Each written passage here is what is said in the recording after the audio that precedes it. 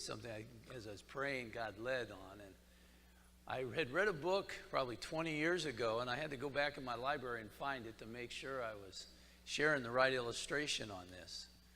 But it's about flying airplanes. And he was in a smaller plane. And the guy tells the story of the attitude indicator on a plane. And, Nope, it's the attitude indicator, it's called. And and I went and I highlighted it in my book this morning just to make sure I had it right. I know it seems like altitude, but we're talking about the attitude indicator. Yes, exactly. And so it described it as the relation of the plane to the horizon, and especially the nose of the plane. Now, if the nose of the plane is going upward, that's an upward attitude. And if it's going downward, it's a downward attitude. And so we wouldn't want it to be going downward too long, right? Because we would be making contact with the earth maybe before we wanted to. But the idea is that we are to have a good attitude. You know, people are the same way. You can tell where they're going sometime in life by how their attitudes are. And if your attitude is right, it's going to be going up, and you're going to be going up. And if it's bad and it's going down, you're going to be going down. Now, I'll come back to this a little later, but just for a moment, I want to have you shout out a couple things, one at a time. So just raise your hand, and I'll call on you. What are the good attitudes that we should have? Joy. You didn't raise your hand. You were a teacher for how many years? And you're the first one, and you just shout it out. Gratitude? The attitude of gratitude. Okay. Forgiveness. Humility. A great one. We're covering that today. Anybody else? Love. And somebody? Hope. Okay. So even in chapter 5 of Matthew, Jesus gave what I call the gratitude of attitude chapter. It's having the positive attitudes in life. And it talks about humility, basically meekness, which is basically gentleness, non-asserting your authority or your power. Talks about us having that spirit that's humble and that then would be seeking God. And because of those things, we would be joyous, and that's why it says blessed, and that we would be, we'd be happy. And so you're going to be happier in life if you have the right attitudes than if you don't. Amen. You're going to be going up rather than going down.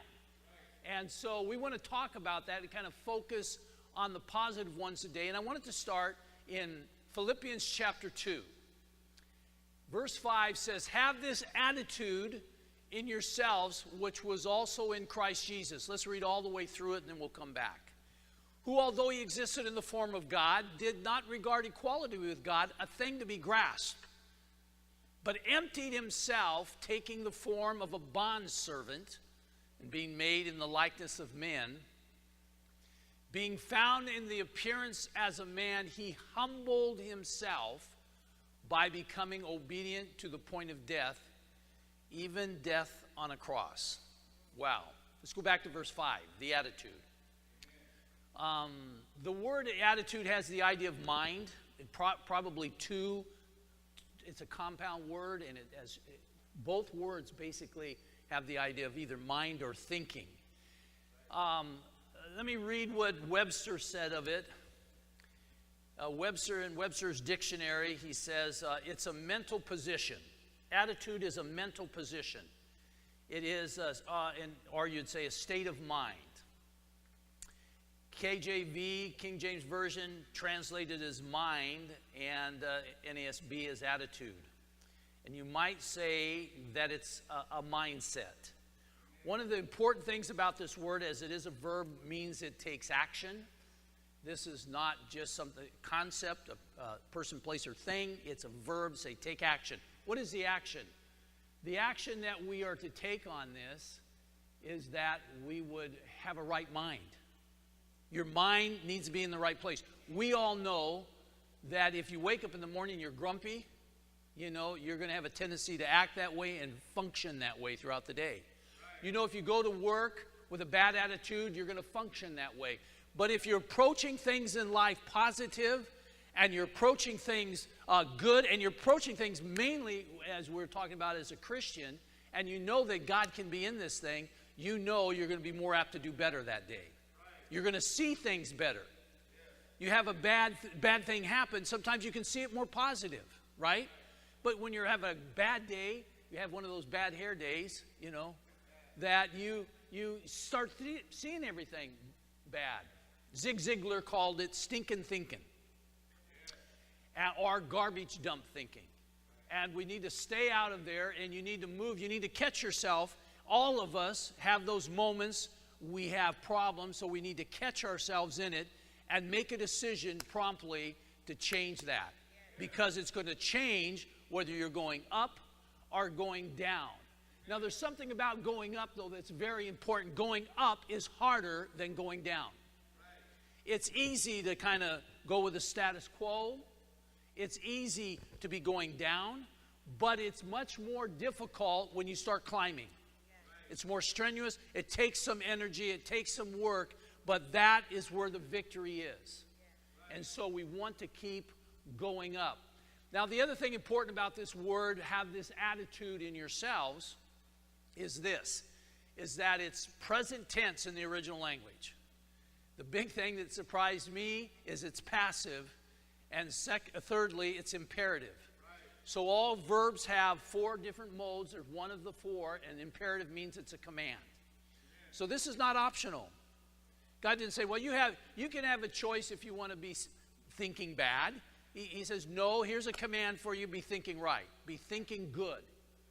So it starts, your actions in life are going to start what's going on in your head and in your heart. I always say that's the 2 control towers in our life. And we need to be careful for that. So keep, this is saying that in imperative mode, it's a command. Secondly, it's present tense. Now, present tense in the original language does not mean current. It means continuous action.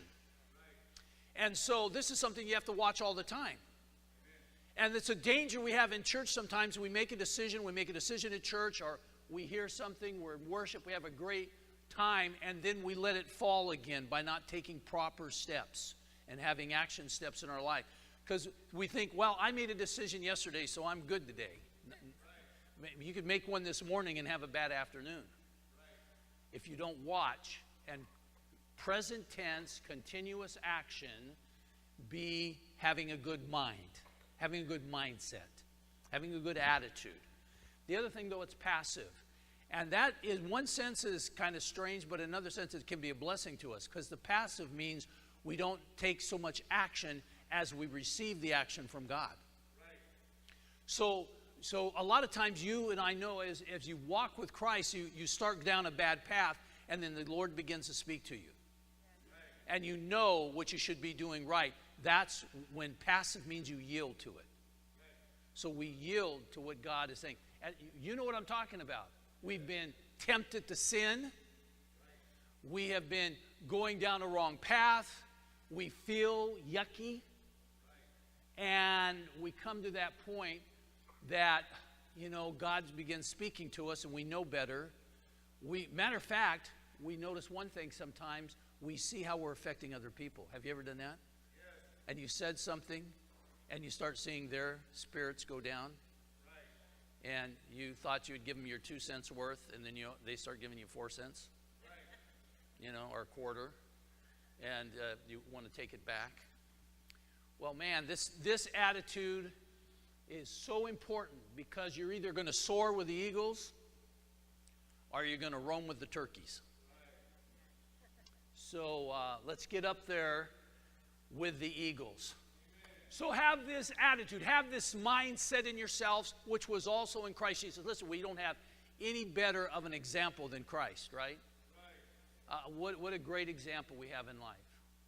I've always said about Jesus, he was the greatest hero the world has ever known, but he's not given credit for that. He is the hero. But he also was the great example on every area of life. So he's our example. So look to Christ. Read your Gospels. look to them. Verse 6. Let's look at some steps here. Who, although he existed in the form of God, did not regard equality with God a thing to be grasped. Simply what that's saying is that just amazing thing is we don't have to be assertive or pushing our will. He was in the form of God, but he didn't push it. He didn't push it. If he did push it, things would have been a lot different in his ministry. He could, if he could just speak and tell the wind, just shh, and it calm down, and the waves, not get. That's enough. That's enough of that. I mean, they stood back and they were shocked. Said, "What kind of guy is this that can calm the wind and the waves?" He had the power to do that. He could have called 10,000 angels. He didn't. He did not assert his power. He was meek. Verse 7. We get into some meat here. But he emptied himself, taking the form of a bondservant. So the idea is that we take the form of a bondservant. That's the attitude of service. Amen. Now, you never have problems with people in church who are servants. Think about it. They just keep doing their job. They keep working.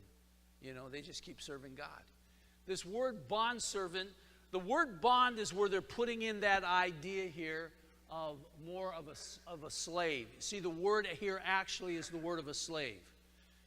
Servant is the word diakonos. The word slave is doulos. And a bond slave would be desmos doulos. But here this word is the word for being a slave, which means basically a servant in bonds, you could say. If you were in bonds, what does that mean? You have to do it. This is not optional again. He took and placed himself in the position to be a slave. He had a path to go, and he knew he had to go on it. I caution you as a Christian and as a human being, don't think we have so many options that we can just flippantly say no to God. Because when you get to heaven, no one's going to be saying no anymore. So we should approach life in obedience to God with this aspect, is that we should just always do God's will. You mean to tell you we have an option today whether we're going to kill somebody or not? I hope not. I hope that's not the way you think.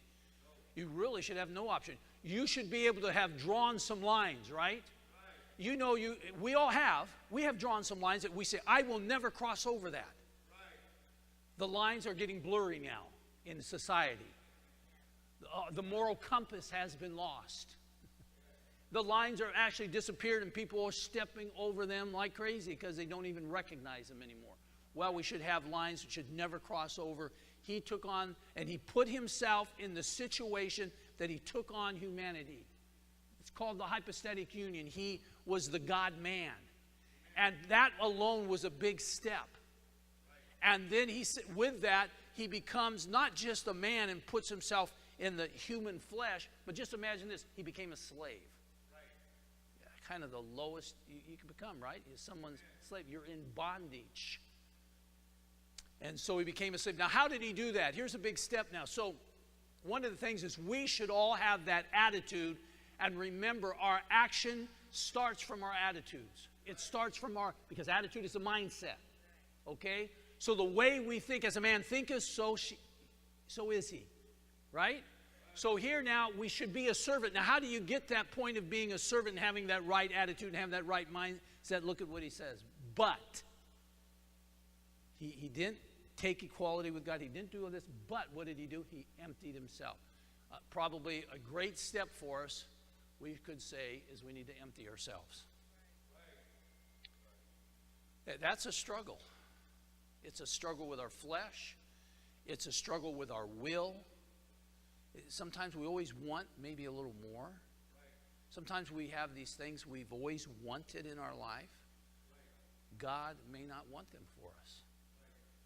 And we need to come to that point in time where we recognize who the Lord, and I'm going to say this, who the Lord God is in our life. Who's on that throne? Somebody's always in charge of the life. Are you the one in charge?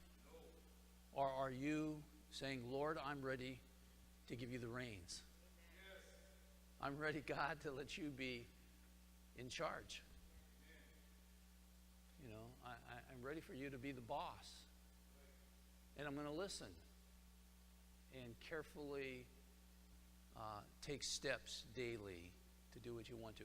I promise you, every day when I pray, and I pray every day, you know my rule, my feet don't hit the ground before I begin praying. And I pray quite a bit before I let my feet hit the ground. And I try to always pray about all the things on my heart and those things, but the other thing I do is I pray about my day. And I follow what Jesus taught when he taught them to pray, Our Father who art in heaven, holy, hallowed, holy is thy name. And here it is, thy kingdom come, thy will be done. On earth as it is in heaven. God's will is always done in heaven. This is the only place that mankind thinks they're so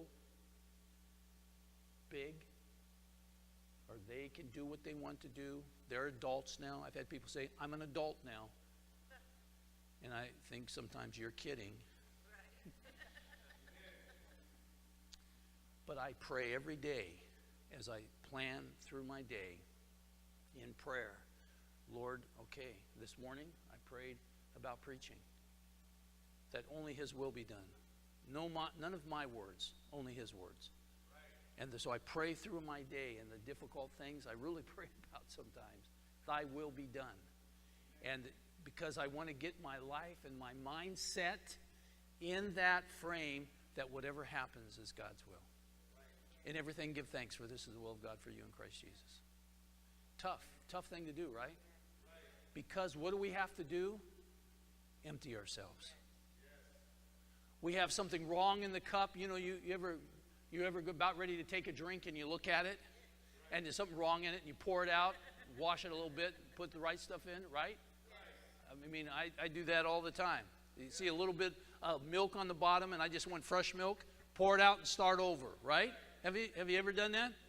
Well, George has. Thank you, George. So that's what we have to do. Sometimes we have to pour ourselves out before the Lord.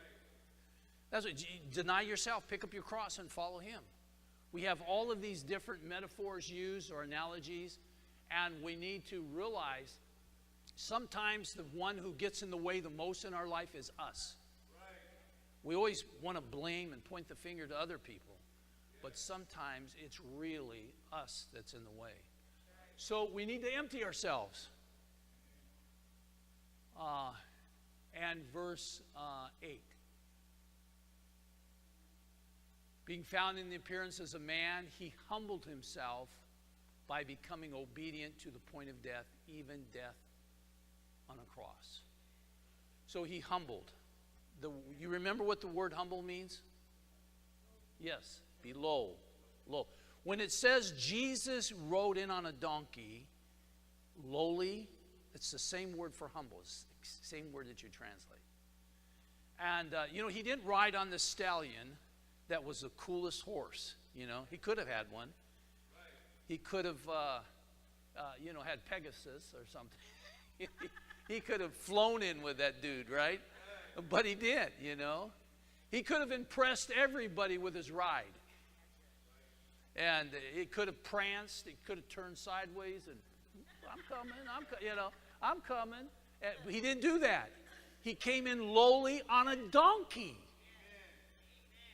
I mean, amazing thing that's what Jesus chose and what God had for him to come in, because he was showing something. It wasn't his stature, it wasn't that. It's who he was.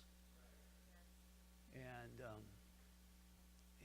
we need to come to that point where instead of being a hot shot, or we call it a big shot, instead of a big shot, we just become a humble servant, slave of God.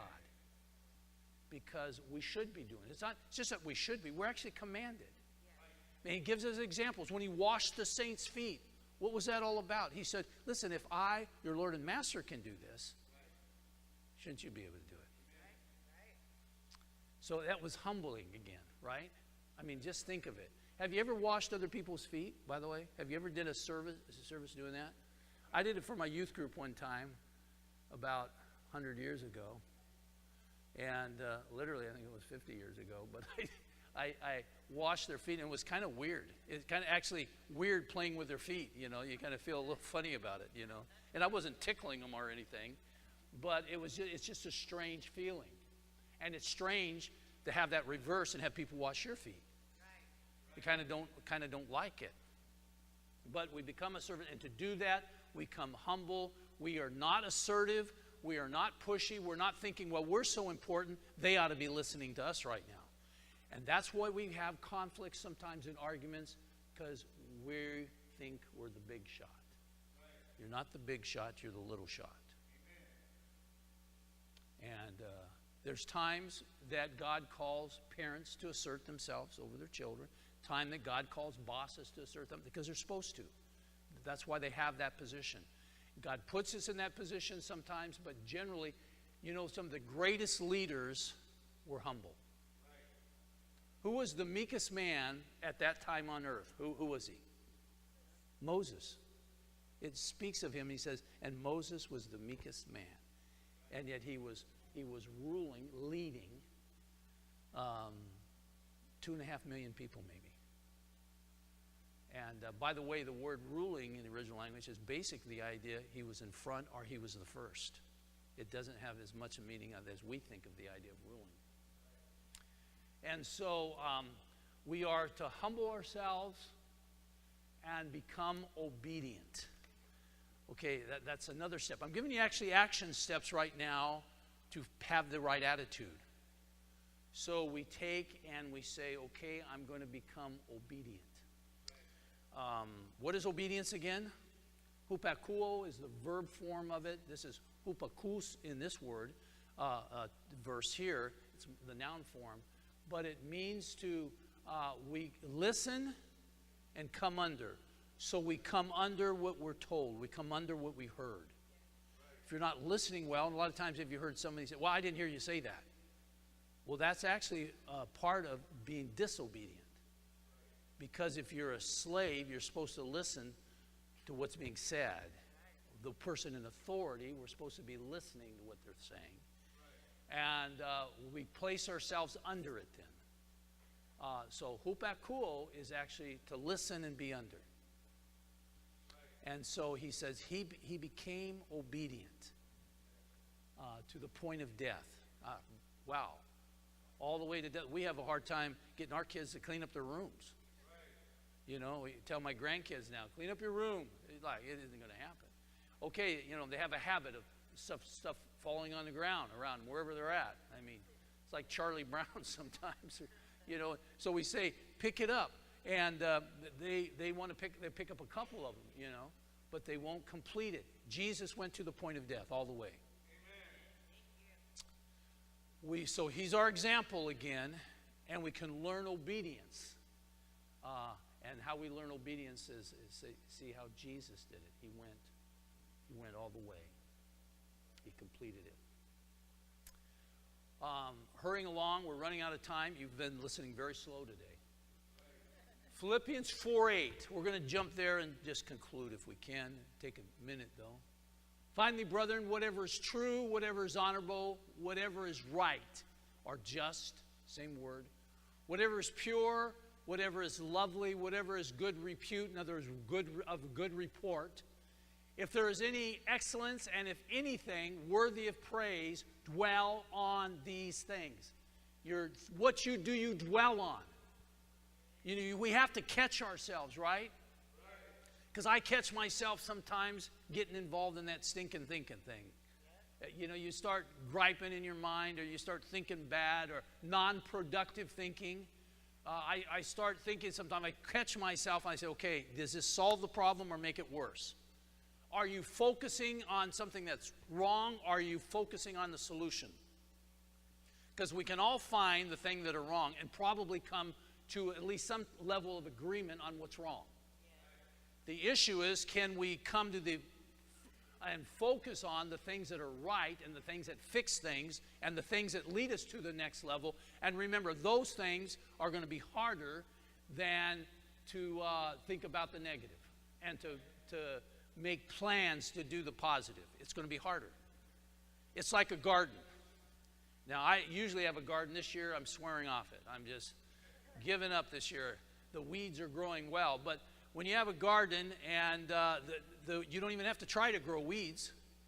Matter of fact, you don't even have to water. I don't know how they do it. But they just do it.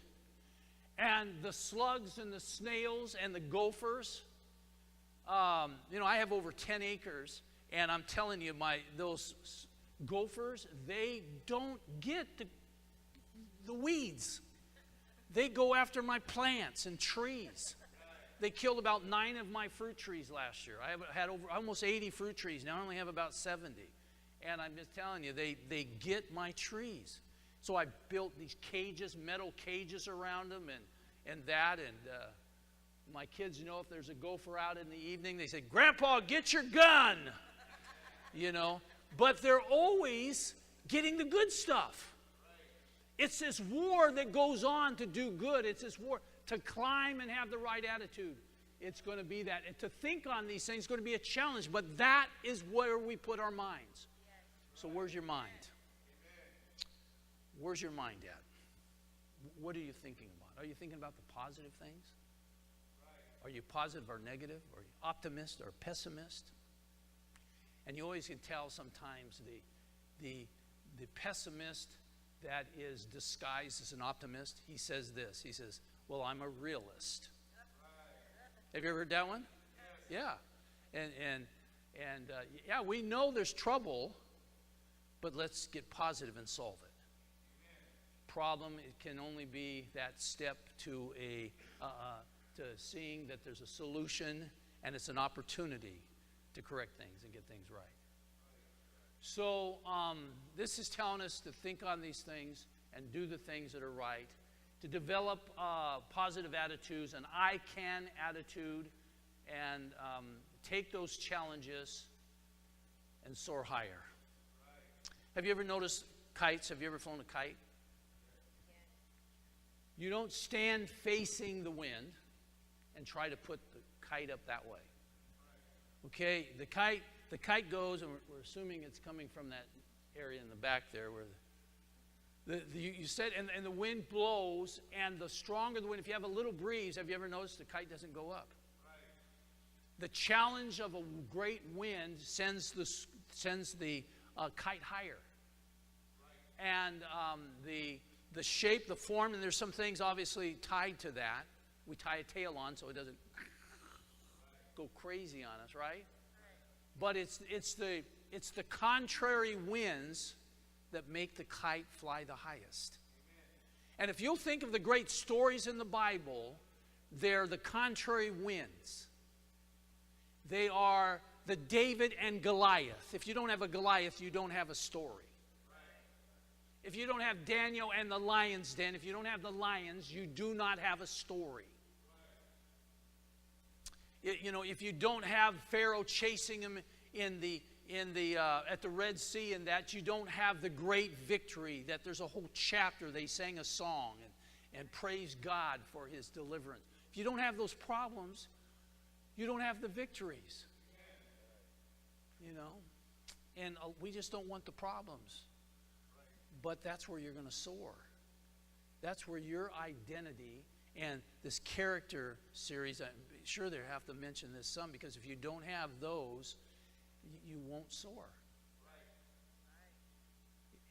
It's the challenge that we have there. Lastly, a negative and positive, depends how you look at this story. But in Numbers chapter 13 and 14, there's the story about the 10 spies being sent out, 12 spies, for 40 days. Okay? They came back, and they all started to say, man, it's pretty cool. They carried the grapes, they were big, who's going to carry the grapes? And so it was so heavy, they put it on a rod, and they hung it, and they had 2 people carry it. And they came back. If you notice the text, it starts a little bit positive, but then 10 of them went negative. And 2 of them went positive. The negative part of the story is this, is that if you're not careful, here it is, grandmas and grandpas, moms and dads, adults, you will poison the people around you. You will poison them and have a greater impact than you ever thought. Have you ever gotten in an argument or said something and afterwards you say, I wish I hadn't said that. I wish I hadn't done that, because you start to see the consequences. And the consequences can be terrible sometimes. You realize, maybe sometimes you just realize, I really hurt them. But maybe you realize, I just made a bigger mess of things. I should have never told them what I knew. You know, I should have kept it to myself. Well, they cried and they whined, and they decided not to, Kadesh Barnea, they decided not to go in. The two said, Joshua and Caleb said, listen, we can go. God is able. See, if there's anything we have to finish this message today, the reason we can have a good attitude is because our God can do anything. With God, all things are possible. Luke 1:37. You know, if God be for us, who can be against us? You know, Romans 8:31. I can do all things through Christ who strengthens me. Philippians 4:13.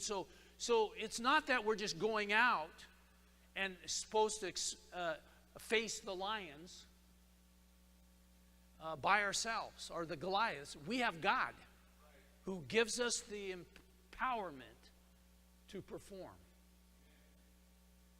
So back in our story, just think, because of that 40 days and the negative report, they spent 40 years.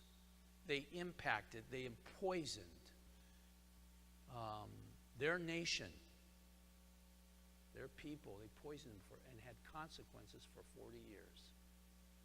Well, I pray, I'm worried about that. As I go through the Bible, I see things that happen, and I see, boy, you can make a mistake that can hurt others and affect people for years. For years and years. The good news is the two, God bless them and their families. Do you realize that they said everybody that was over the age of accountability of 20 died? So in 40 years, the only old guys, you know, going in there was Joshua and Caleb and their families. That was it. So it was relatively a pretty strong, vibrant nation. Everybody under 60. Just think of it. And so, but that's the good news, is that even though others around you are falling, you can still soar. And so we get discouraged sometimes when people don't follow Jesus. But there's that song, though no one join me, still I will follow. Right? And so where's your mind at today? Your week is going to be function, and it's going to be filled with successes and blessings more if you soar, if you have a right attitude, if you have a right mindset, than if you don't. God never promises you an easy week. There's no easy week in the Bible. There's no easy days. There's no easy street. There's no easy money. Matter of fact, it warns you about easy money. But it is going to be filled with work and trials and problems sometimes, but it's filled with the promises of blessings from God.